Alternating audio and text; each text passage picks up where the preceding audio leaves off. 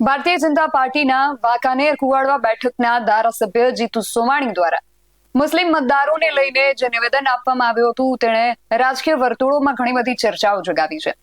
એમણે જે રીતે કહ્યું હતું કે મુસ્લિમ મતદારોને હું જ ના પાડું છું કે મને મત આપી મારી મત પેટીને અબડાવશો નહીં, અને જ્યારે આ બાબતે અમે ભારતીય જનતા પાર્ટી પાસેથી પણ એ જવાબ મેળવવાનો પ્રયાસ કર્યો કે આ જે વિચારધારા છે એ જીતુ સોમાણીની વ્યક્તિગત વિચારધારા છે કે પછી પક્ષની વિચારધારા છે, ત્યારે અમને આ બાબતે કોઈ હજુ સુધી સ્પષ્ટ જવાબ નથી મળ્યો। પક્ષ તરફથી એવું કહેવામાં આવ્યું છે કે હાલ જીતુ સોમાણીએ જે સ્ટેટમેન્ટ આપ્યું છે એમનું વ્યક્તિગત છે અને આ બાબતે જો પક્ષને કોઈ પ્રતિક્રિયા આપવાની જરૂર જણાશે તો પક્ષ આપશે, પરંતુ હજુ સુધી ભારતીય જનતા પક્ષ તરફથી આ બાબતને લઈને કોઈ પણ પ્રતિક્રિયા આપવામાં નથી આવી, એટલા માટે હજુ એ સ્પષ્ટ નથી થયું કે આ જે વિચારધારા છે એ જીતુ સોમાણીની પોતાની વિચારધારા, વ્યક્તિગત વિચારધારા છે કે પછી આ ભારતીય જનતા પક્ષની વિચારધારા છે। અને આ બધા પ્રશ્નોની વચ્ચે એક મુસ્લિમ અગ્રણી દ્વારા જીતુ સોમાણીને વળતો જવાબ આપવામાં આવ્યો છે। શું છે સમગ્ર વિગત જાણીએ આ અહેવાલમાં। જય હિન્દ, BSI ટીવી ન્યૂઝ પર આપની સાથે હું છું નિધિ ગઢવી। જીતુ સોમાણીનો એક વિડીયો વાયરલ થયો છે જેમાં એક મુસ્લિમ મતદારને કોંગ્રેસને મત આપવાનું કહી રહ્યા હતા।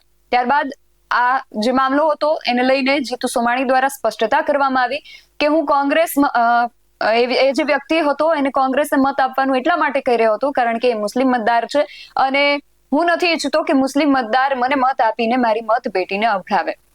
જીતુ સોમાણી દ્વારા જે નિવેદન આપવામાં આવ્યું છે એને લઈને રાજકીય વર્તુળોમાં ઘણી બધી ચર્ચાઓ થઈ રહી છે અને આ બધી ચર્ચાઓ વચ્ચે મુસ્લિમ અગ્રણી દ્વારા જીતુ સોમાણીને વળતો જવાબ આપવામાં આવ્યો છે।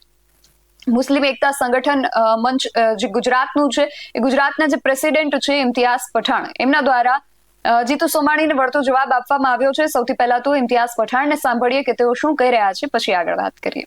નમસ્કાર દોસ્તો, હું ઇમ્તિયાઝ પઠાણ। વાંકાનેર વિધાનસભાના ધારાસભ્ય શ્રી જીતુભાઈ સોમાણી દ્વારા એક નિવેદન આજે આપવામાં આવ્યું।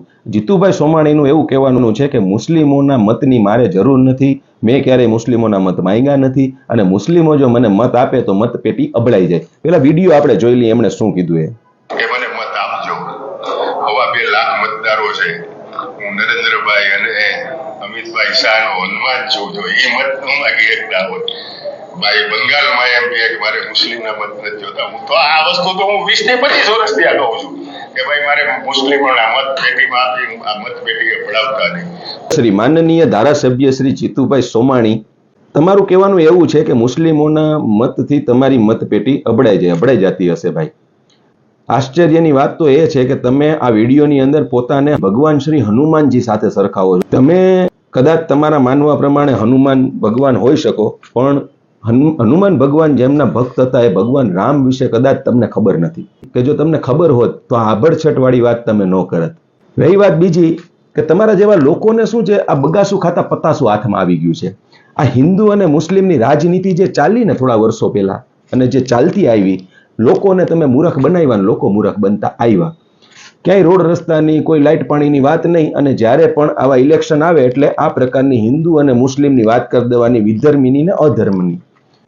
આ જે કેફ છે એ કેફના કારણે તમારા જેવા લોકોને આજે એ પદ મળી ગયું છે, પણ એ પદની ગરિમાની તમને ખબર નથી। કારણ કે જો ખબર હોય તો જે પદ ઉપર તમે છો એમાં જે તમે દર મહિને પગાર લ્યો છો, જે ગ્રાન્ટો લ્યો છો અને એ ફાળવો છો, એ બધું પ્રજાના ટેક્સના પૈસામાં છે, અને એ ટેક્સના પૈસા હિન્દુ ટેક્સ અને મુસ્લિમ ટેક્સ, શીખ ટેક્સ અને ઈસાઈ ટેક્સ એમ નથી આવતો, એ હિન્દુ મુસ્લિમ શીખ ઈસાઈ સૌના પૈસાનો ટેક્સ છે જેનો તમે પગાર લ્યો છો મિસ્ટર સોમાણી।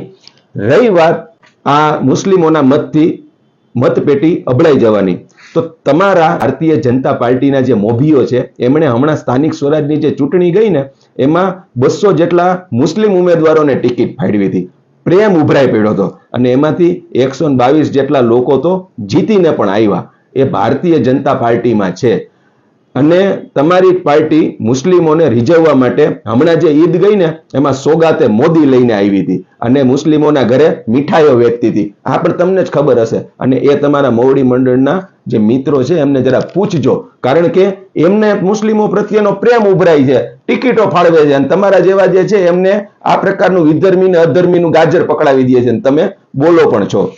એક પ્રજાના પ્રતિનિધિ તરીકે, ચૂંટાયેલ પ્રતિનિધિ તરીકે તમારી પાસે આ અપેક્ષા ના જ હોઈ શકે.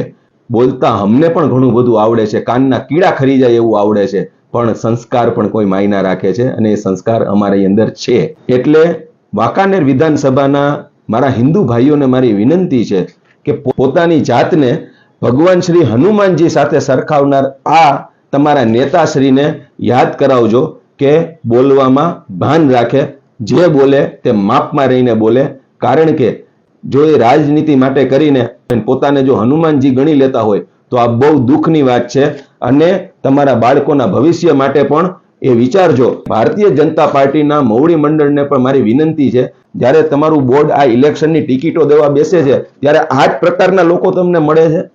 ભારતીય જનતા પાર્ટીને આજે લોકો સ્વીકારે છે, પણ આ પ્રકારના આ ગોબર ભક્તિનું જે ગાજર લઈ અને મનમાં આવે એ પ્રકારના જે સ્ટેટમેન્ટો આપે છે, આનાથી 18 વરણ જે આપણા ગુજરાતની અંદર હળીમળીને રહે છે, એકતા ભાઈચારાથી રહે છે, એને ક્યાંક ને ક્યાંક પલીતો ચાપનારી આ બાબતો છે. અને આ અધર્મી અને વિધર્મીની રાજનીતિ હવે જૂની થઈ ગઈ છે. આજનો મતદાર જાગૃત છે, શિક્ષિત છે. ક્યાંક એવું ન થાય કે આ 182 માંથી જે બહુમતી જે આવે છે એ બહુમતી ક્યાંક બહુ પાછળ ન વહી જાય. આ જ વાત સાથે આપના ભાઈનું સલામ. ઇમ્તિયાઝ પઠાણનું કહેવું છે કે એમણે જીતુ સોમાણીને સીધો જ આક્ષેપ કર્યો છે, સીધા જ વળતા પ્રહારો કર્યા છે કે તમે જે ટેક્સના પૈસામાંથી પગાર મેળવો છો, એ જે ટેક્સના પૈસા છે, હિન્દુ ટેક્સ, મુસ્લિમ ટેક્સ, શીખ ટેક્સ, ઈસાઈ ટેક્સ, એવી રીતે એને વર્ગીકૃત કરેલો નથી. એ બધા લોકોની મહેનતની કમાણીના પૈસા છે, જેમાંથી ટેક્સ એ લોકો ભરે છે ને એમાંથી તમને પગાર મળે છે. અને એમણે સ્થાનિક સ્વરાજ્યની ચૂંટણીની પણ વાત કરી કે સ્થાનિક સ્વરાજ્યની ચૂંટણીમાં ભારતીય જનતા પાર્ટીએ જ 200 જેટલા મુસ્લિમ લોકોને ઉમેદવારોને ટિકિટ આપી હતી ને એમાં 122 જેટલા ઉમેદવારો તો ચૂંટાઈ આવ્યા છે. અને ઈદની પણ એમણે વાત કરી કે તાજેતરમાં જ ઈદના પર્વ ઉપર ભારતીય જનતા પાર્ટી જ સોગાતે મોદી લઈને આવી હતી ને જે મુસ્લિમ ભાઈઓ હતા એમના ઘરે ઘરે જઈને મીઠાઈઓ વહેંચી હતી. એમણે એવા પણ આક્ષેપ કર્યા છે કે બોલતા તો અમને પણ આવડે છે, કાનના કીડા ખરી જાય એવું અમને બોલતા આવડે છે, પણ અમારામાં સંસ્કાર છે એટલે અમે નથી બોલતા. અને અંતે એમણે એવી ચીમકી પણ ઉચ્ચારી હતી કે ક્યાંક એવું ન થાય કે 2027ની ચૂંટણીમાં જે 182માં તમને જે બહુમત મળે છે એ બહુ પાછળ રહી જાય.